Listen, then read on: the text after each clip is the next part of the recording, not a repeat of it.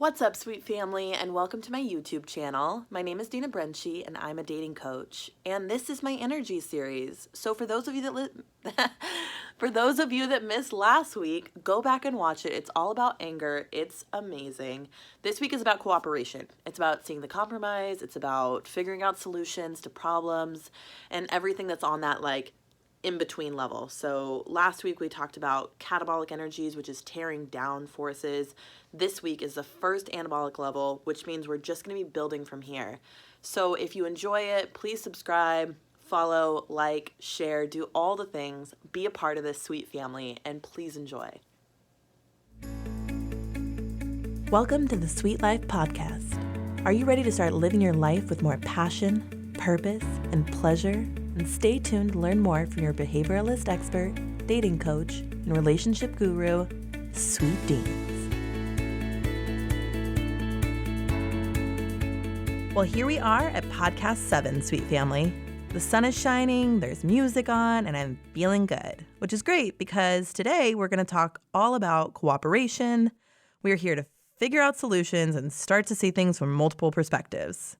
We're making a conscious choice to have more energy by choosing to cooperate with others, forgive and take responsibility for our own thoughts and actions.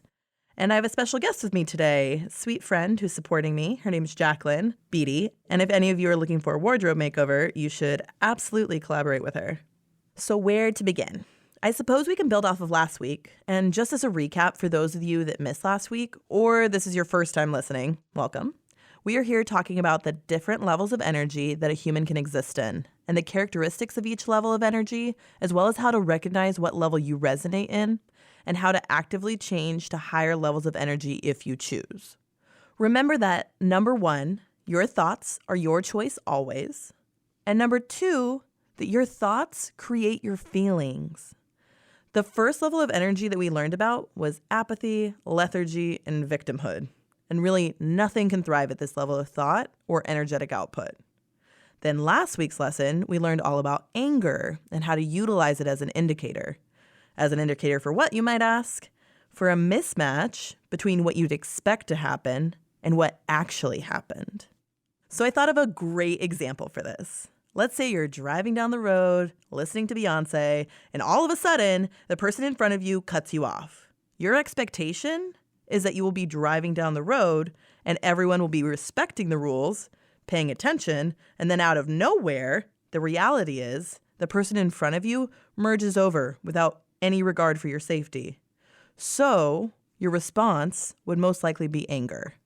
And that anger response is just an indicator that your expectations didn't match reality.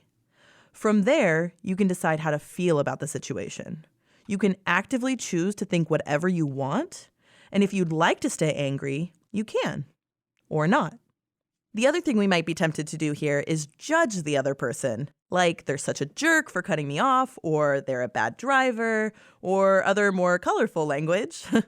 It's understandable that you might feel this way, given the natural instinct that you have to want to protect yourself from harm. And the flight or fight response, or sympathetic nervous system, kicks in, and you might feel like you're not in control of how you respond to this situation.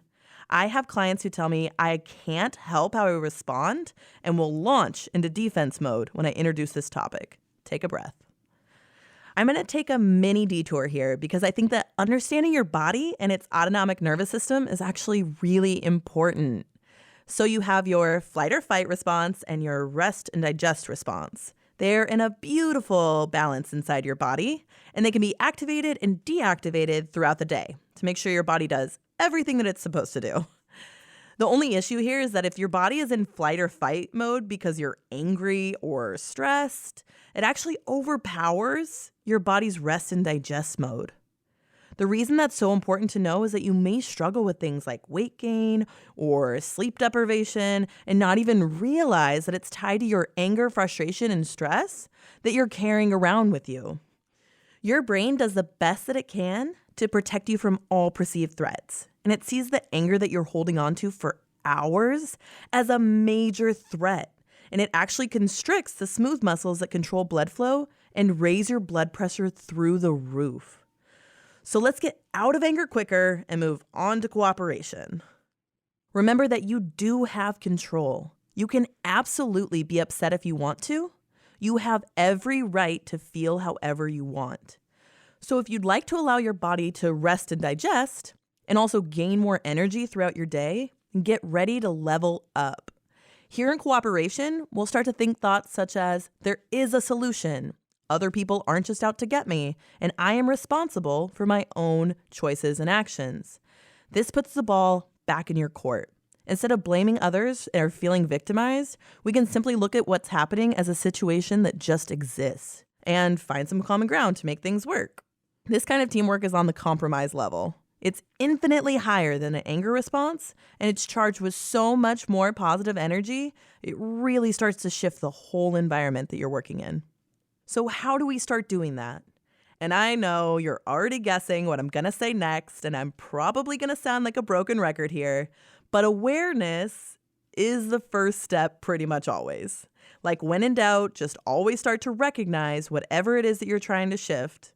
And once you're aware that it's happening, you can start to put energy into choosing your thoughts on purpose and deciding what level of response you would like to choose. A good example of this, so say you're at work and your boss comes up and says something like, we have to get this project done by Friday. And the two people who are on your team have called out sick for the week and you need to do it alone. You could absolutely get upset, which would be perfectly understandable given the amount of pressure that this deadline is putting on you, as well as all the other daily tasks that you have and the lack of support that you would normally receive from your coworkers. Once you've recognized this anger indicator as a mismatch between your expectations, which would be something along the lines of your boss recognizing that she's just overloaded you with an absurd amount of work to do solo, and the reality of the situation, which is exactly what's happening, then you can start to work on shifting into cooperation. I believe that you know at least 2 or 3 different ways to view this same situation. So let's just go through a few that I thought up for this example. So thought number 1 could be your boss actually thinks that you're incredibly talented.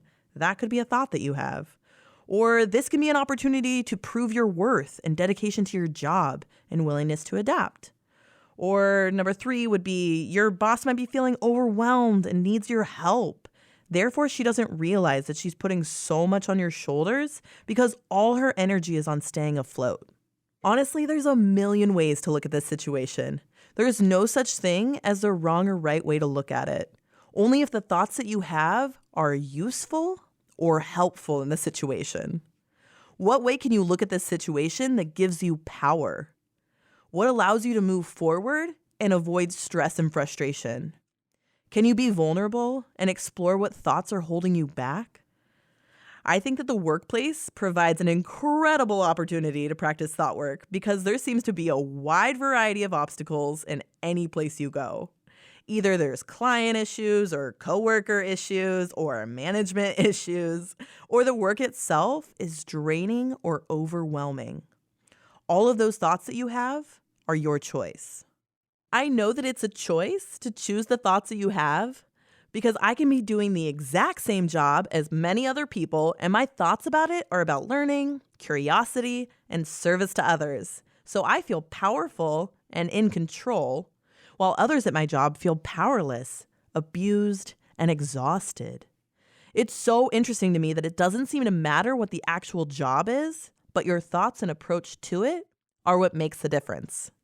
Remember, cooperation energy gets cooperation response. Imagine your current workplace and imagine never having the thought that I am treated unfairly or my coworkers dislike me or even my workplace is draining my life. You would never complain or feel frustrated. Imagine how powerful that would feel to go to work every day and not be concerned what other people thought or felt about you. Well, guess what? You can do that. I'm going to give you a fun example of a workplace that I worked at right out of college. And I worked as a wildlife rehabilitator, which basically means you're caring for wild animals that are sick, orphaned, or injured. The requirements for this were that you get there at 5 a.m. to make sure that all the food got pulled up for the baby birds and baby mammals who needed to start being fed at dawn. You could be caring for as many as 300 different animals, so deer, coyotes, skunks, birds, foxes, and many, many more, all at once with timers strapped to your body for all the different feeding and tubing schedules, along with medication schedules.